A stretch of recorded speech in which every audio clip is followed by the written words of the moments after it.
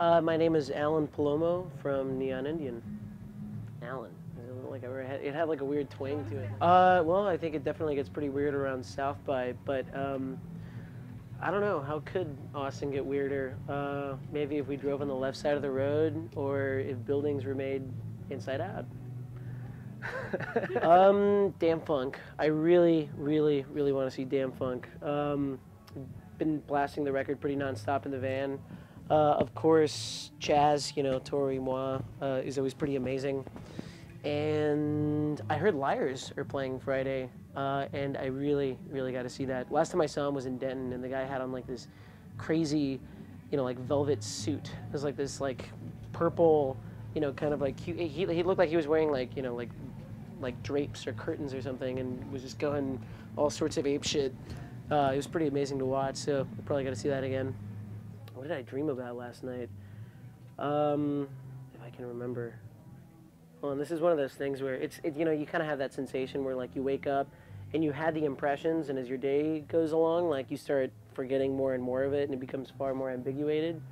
I only caught like 5 hours of sleep, but I'd been talking right before I went to sleep to a friend of mine, like this pen pal that I hadn't talked to in a really long time. So I think it probably had something to do with that. It was like kind of this like dazed stupor that sort of seeps from like having a phone conversation being awake to like having a mock phone conversation being asleep, and it just sort of kind of dissolves into just incoherent babbling. And then I think at some point I was like in a city. Like I've had these dreams where like I'm at the very top of a building. Oh man, okay, building, city.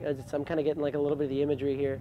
I've had a lot of these dreams lately, and I don't know if it's like from the move to Brooklyn, but where I'm on top of I'm always like in this cityscape type situation, and I'm never like at the base level of anything. It's always like these cities that have, these like sort of tunnels or streets that are also elevated, like as if there was a road that you could take from like the 35th floor of the Rockefeller Plaza and drive to like another building. It's like really bizarre, like these inner highways, and they're always kind of like really precarious. Like I'll be walking and I'll feel it constantly wobbling.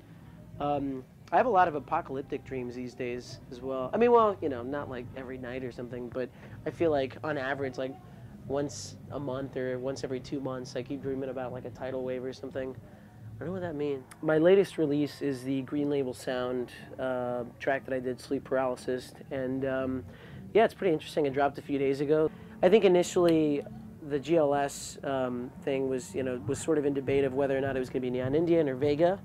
And then I decided, given that I'm about to fall into this Vega frame of mind for a little while and start writing the album, I really wanted to get out, just a few more kind of Neon Indian songs that aren't necessarily like the next direction for Neon Indian, because Sleep Paralysis to me doesn't signify like, Neon Indian 2.0. I mean, I wanted to use these really great resources that, like GLS had to, facilitate like a cool collaboration. Like I've always wanted to work with Grizzly Bear, and after the remixes, it kind of made sense that could be a possibility.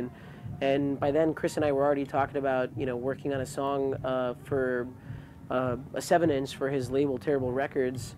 It's funny because in my head, I keep sort of thinking about ideas, and, when I'm not dreaming about the apocalypse, it's like, I mean, it's the kind of thing that can only be described in really lame, ambiguous adjectives like undulating cosmic sauce, seeping from my, I've been playing around with some songs that kind of sound like if Black Dice made funk records, which is, a sound that I'm very excited about.